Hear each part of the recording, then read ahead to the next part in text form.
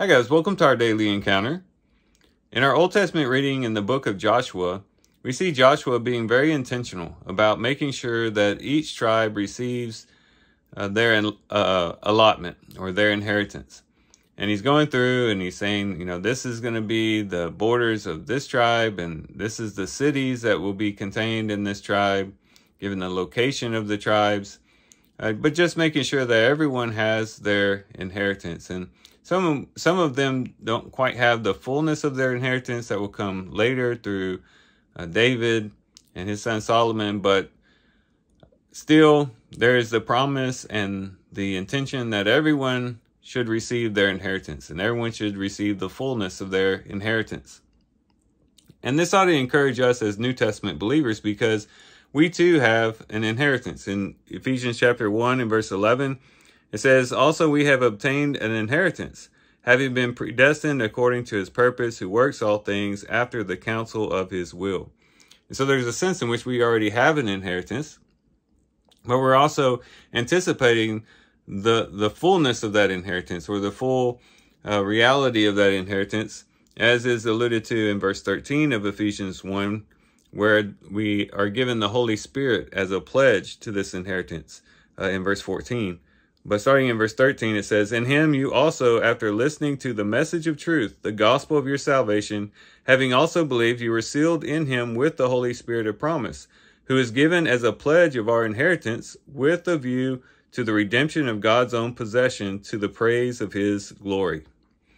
And so we have an inheritance, and we have the assurance of that inheritance through the Holy Spirit, who assures us that we do have an inheritance and will receive the fullness of that inheritance in a future time.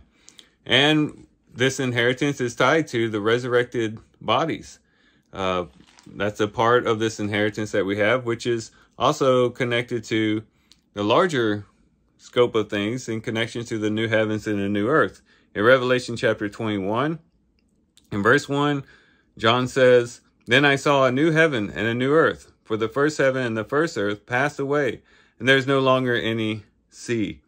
And then he goes on to describe a few things that he saw. He mentions how God will wipe away every tear from their eyes, and there will no longer be any death. There will no longer be any mourning or crying or pain. The first things have passed away. And then he says, "And he who sits on the throne said, Behold, I am making all things new." And he said, "Write, for these words are faithful and true." And then in verse 7, he says, "He who overcomes will inherit these things, and I will be his God, and he will be my son." We have some wonderful blessings waiting for us to inherit.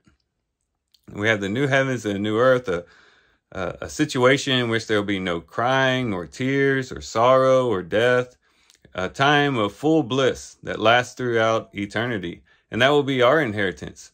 And we can be assured that God is just as intent on giving us that inheritance as he was in giving the tribes their various inheritances.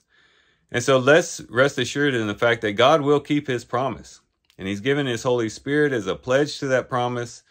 And we can look ahead to this future state of blessedness and joy and peace, and know that God will fulfill what he has promised, and he will bring us into these wonderful blessings that he has prepared for us. So let's be encouraged today as we read our Old Testament reading in connection to these things. And with that, guys, I do thank you for watching the video today. Hope you guys have a great day. Love you guys. God bless.